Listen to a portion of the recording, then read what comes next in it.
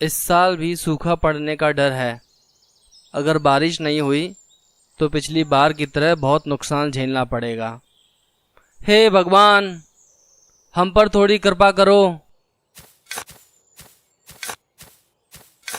गोविंद के पापा, रोटी ले आई हूँ, खा के थोड़ा आराम कर लो।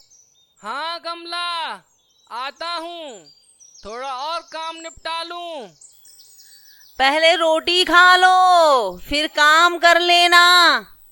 ठीक है, आता हूँ। चलो बैठिए, रोटी खा लीजिए। कमला, अगर इस बार बारिश नहीं हुई तो हमें बहुत भारी नुकसान होगा।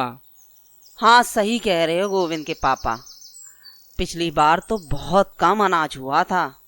हाँ, पिछली बार जितना अनाज हुआ था उतने में तो अपने घर का गुजारा भी नहीं हो पाया था। गोविंद के पापा, भगवान पर भरोसा रखो, सब कुछ ठीक हो जाएगा। कमला, तुम्हारी मदद से ही तो इतना काम कर पाता हूँ। चलो खाना खाते हैं। रामलाल को खाना खिलाने के बाद कमला वहाँ से चली जाती है और गोविंद फिर से खेत में काम करने लगता है।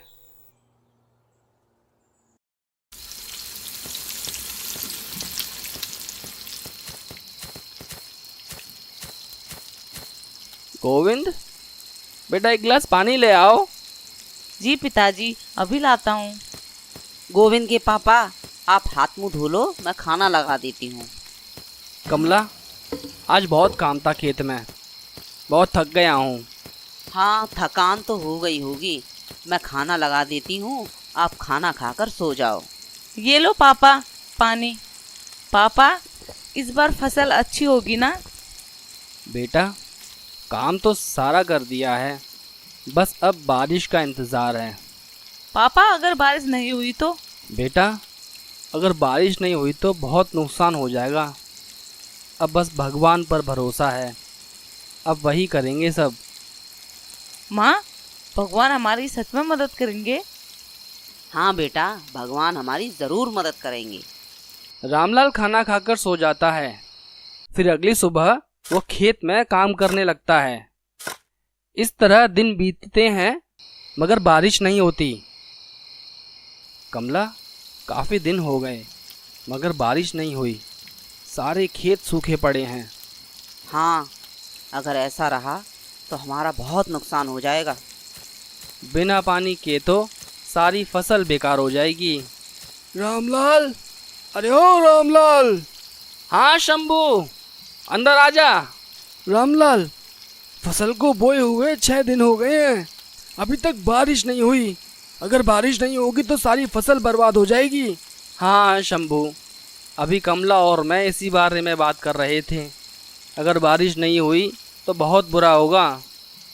रामलाल, क्यों ना इस बारे में गांव के मुखिया से बात की जाए, कहीं कुछ उपाय मिल जाए। हाँ, सही कह रहा है शंभू, गांव के पास जो नदी है शायद उससे पानी मिल जाए। मगर शंभू भैया, नदी से पानी लाने में तो बहुत खर्चा होगा, क्या गांव का मुखिया इतना खर्चा कर पाएगा? शंभू, कमला सही कह रही है, मुखिया शायद इतना पैसा खर्च ना कर पाए।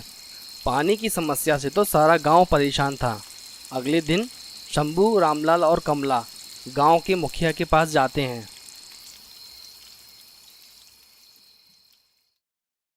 पानी की समस्या, बारिश नहीं आई, पूरा गांव बारिश आ जाएगी तो सारे पानी खेत नहीं में है, आएंगे। पानी बारिश आ नहीं है, जाती तो कहीं भी होता, पानी नहीं है, पानी आ बारिश जाए नहीं हो रही, और यही अच्छा बारिश नहीं होगा। हो रही, बिल्कुल भी नहीं हो रही। आया, खेत हमारे सूखे पड़े हैं, अब क्या होगा?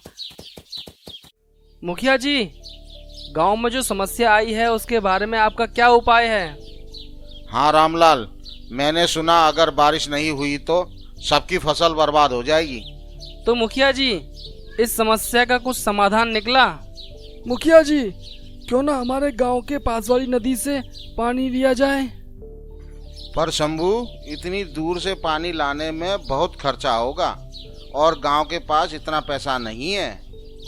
मुखिया जी, क्यों ना सरकार से मदद ली जाए? कमला, अगर सरकार से मदद लेंगे तब तक तो सारी फसल बर्बाद हो जाएगी।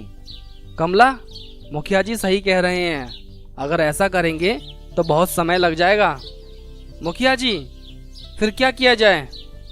मेरे पास एक सुझाव है। क्या मुखिया जी, क्या?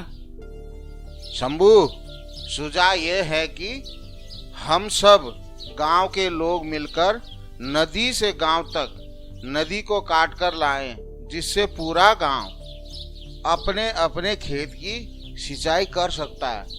पर इसमें मेहनत बहुत लगेगी। तो क्या आप लोग मेरे इस सुझाव से सहमत हैं? मुखिया के इस सुझाव से पूरा गांव सहमत था। सारे गांव वाले नदी के पास पहुंचे और वहां से नदी काटना शुरू कर दिया।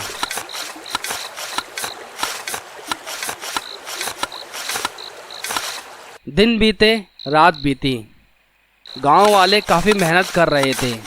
आखिरकार उन्होंने नदी काटकर अपने गांव तक पहुंचा दी और सारे गांव वालों ने अपने अपने खेत की सिंचाई की। सारे गांव वाले बहुत खुश थे।